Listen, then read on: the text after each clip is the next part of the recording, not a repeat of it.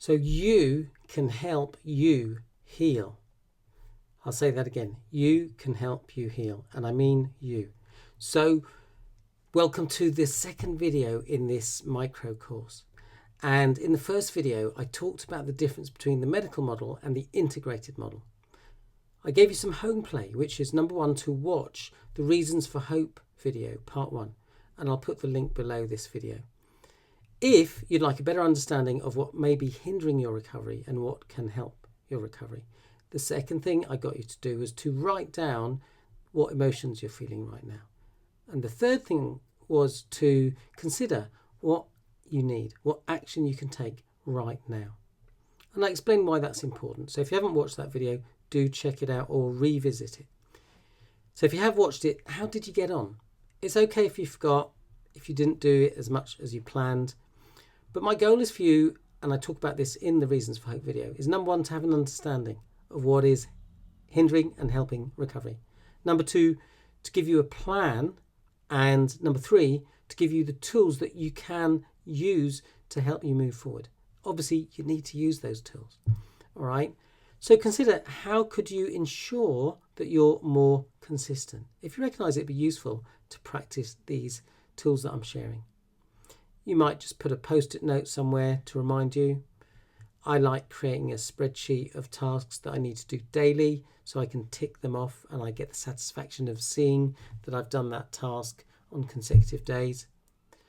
The exercise I got you to do of just checking in what emotions you're experiencing, you could do that whilst you're boiling the kettle, after you go to the bathroom, maybe when you're washing your hands. And part of your home play this time is going to be continuing to do that, checking in with your emotions and also noticing sensations in your body.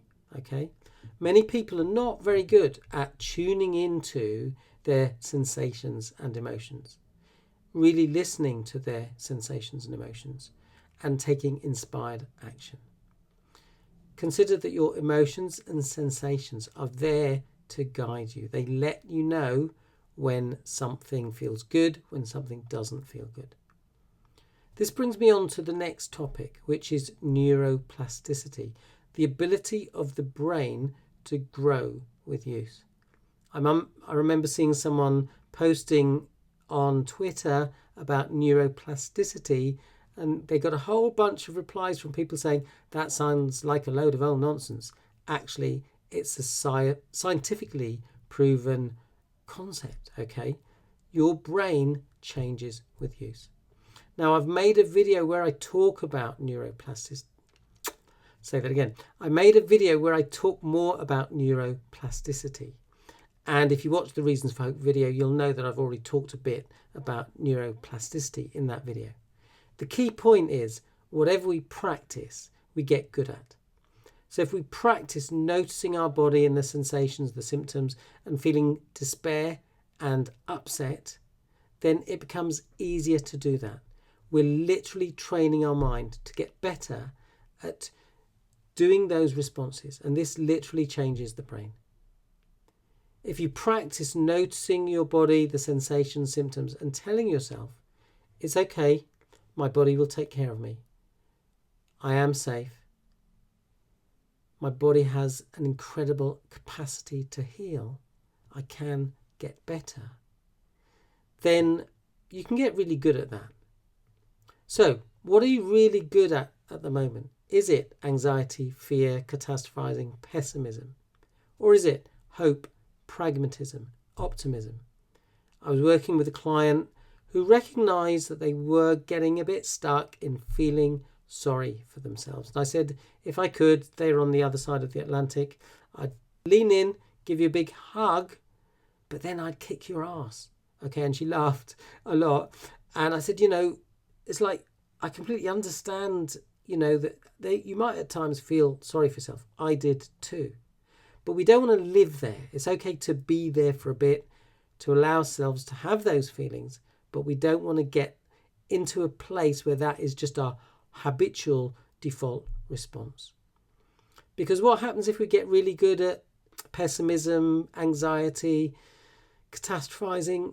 We ignore opportunities for hope, pragmatism, optimism. I'll talk more about why these things are important in other videos. And this is putting the body in a state of stress, which of course stops the body from healing. So your home play for today is, number one, keep practicing checking in with your emotions and also check in with your sensations. Go back to the video go back to week 1 video for the exercise that I share. Simple exercise. Okay. Step 2, watch the video ME/CFS and why neuroplasticity is key to healing. Now, this is optional, but it will reinforce why I'm getting you to do step 3. Step 3 is to watch the video on somatic tracking for symptoms and pain. This is a practice to help you get better at cultivating feelings of safety and hope. And as you practice it, you'll get better at retraining your mind and changing your brain. Remember, whatever we practice, we get good at. If you do that exercise once, you might get a bit of change, or maybe you might not notice the change that much.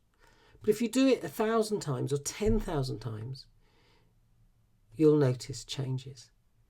Remember the quote that I've shared before from Bruce Lee: I don't fear the man who's done 1,000 kicks, or woman. I fear the person who's done one kick 1,000 times. All right? So consider yourself to be in training, and you've got to be like the athlete who turns up every day and does the work, okay, in a way that is sustainable. All right? You can either be passive or you can take massive action and take radical responsibility for your healing. So I will type the home play below this video. So if you're committed to taking action, write down what action you're going to take. It might be, I'm going to do step 1, step 2, step 3, or it might be all of those steps. Pop it in the chat below. That's you making a commitment. Okay. If you've got any thoughts, feedback, comments on anything I've just shared, comment below. If you've got a question, pop it below.